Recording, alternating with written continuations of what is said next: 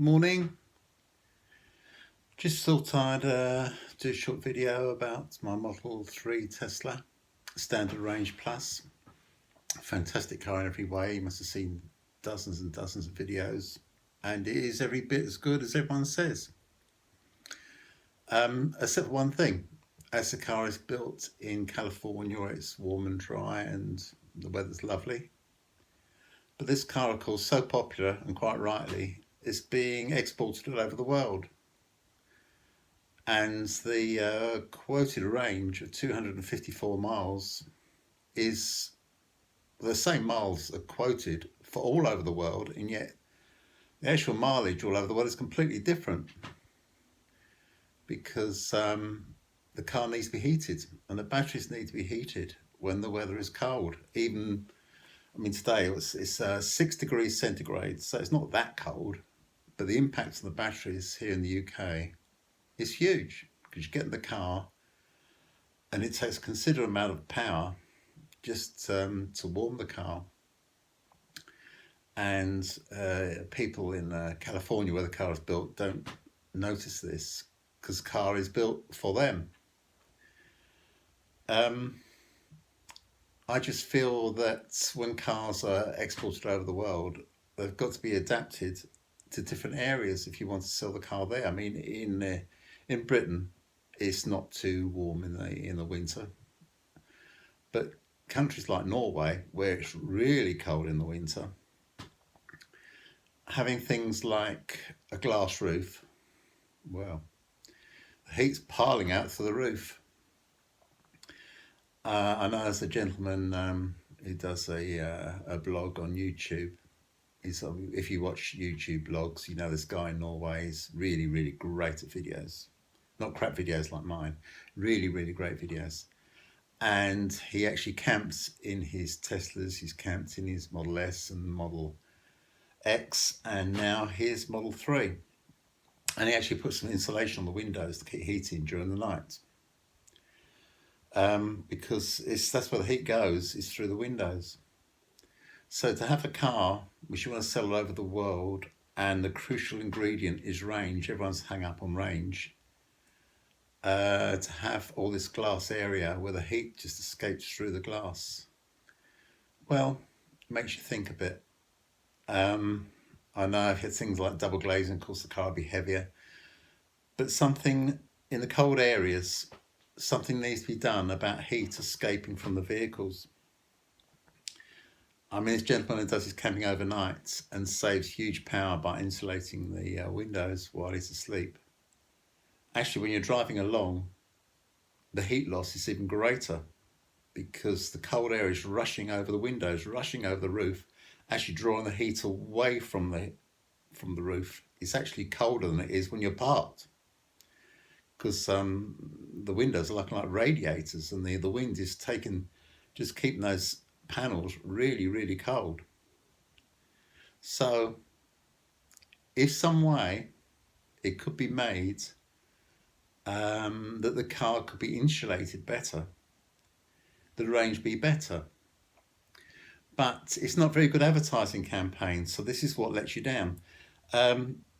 Cars are tested to do long runs, and they all look great, and they small wing mirrors and very streamlined in the air tunnel, just to get everything, change hubcaps on the wheels to get everything as smooth as silk so it cuts through the air. But actually a cold day takes all that away. A cold day takes all that effort away. But in adverts, all they do is they show, look at this range on a nice warm day with no hills, no wind, no rain. Perfect conditions. Look how good the range is in one trip. That's not realistic, unless you happen to be in a country where the temperature is, say, 20 degrees all the time, and there's no traffic and no hills and no wind. The perfect place. Perhaps there is the perfect place, but it's not here, and it's not in Norway.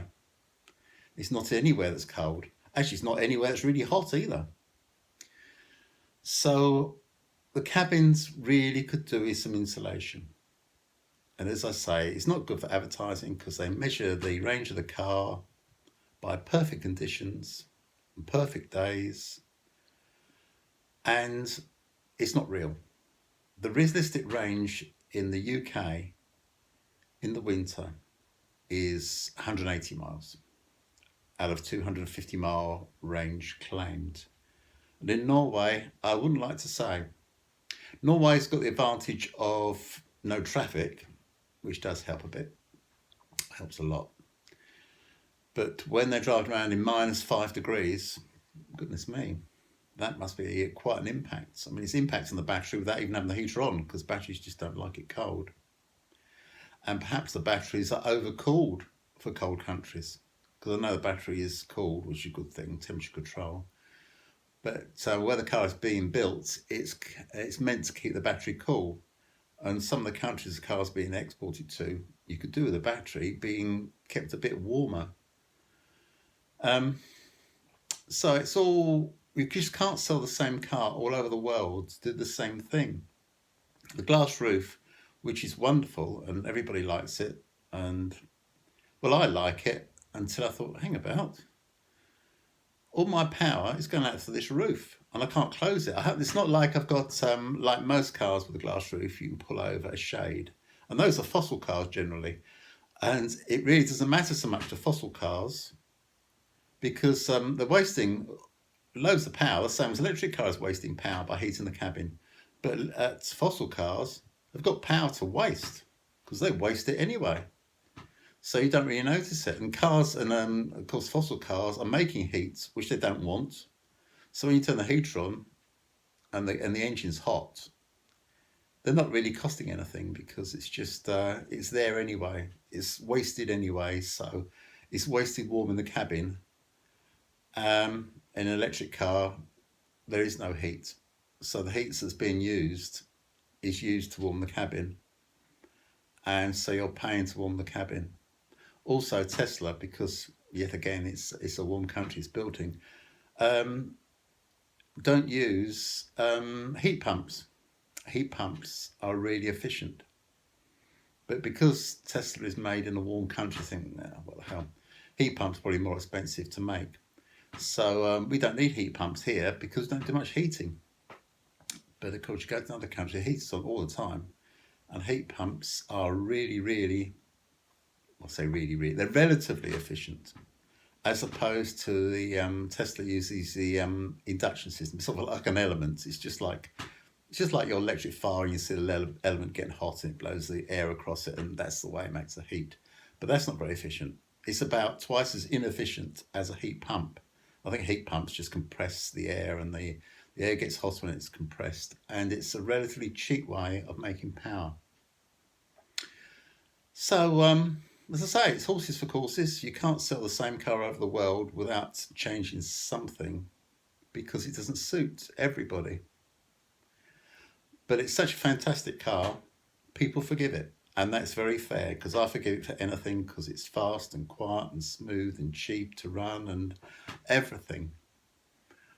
But as I say, but the old, when the battery says it's got 200 miles range, no. In the winter, you're never going to get 200-mile range out of it. I mean, there are cars that are more efficient in the winter in this country. Probably the Hyundai Kona does a lot more in this country than a Tesla, maybe even the long-range Tesla, because the Hyundai Kona has got a more efficient heater. It's not got a glass roof, which is letting the heat fly out the windows, and it's got less glass area, and glass area just does lose a lot of power.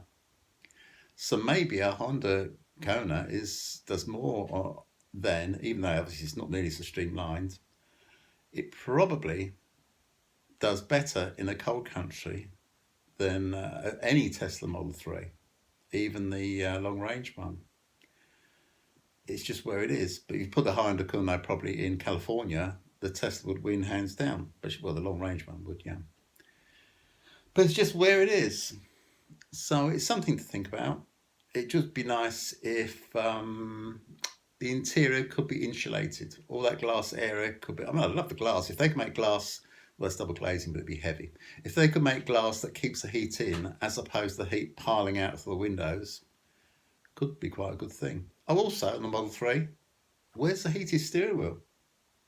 The vital ingredient for saving power, because you've got your heated seat, you've got your heated steering wheel. Perhaps you could turn your energy consuming heater off or down. So a heated steering wheel, absolutely vital. My wife's got a Kia Soul. That's relatively cheap. That's got a heated steering wheel. And I can't help thinking I might make a video on it in a later date. I can't help feeling that the Kia Soul with its relatively tiny 30 kilowatt hour battery does pretty well in the winter. It's not throwing its power away. I don't know, makes you think. Anyway, that's enough for me. See you soon. Bye bye.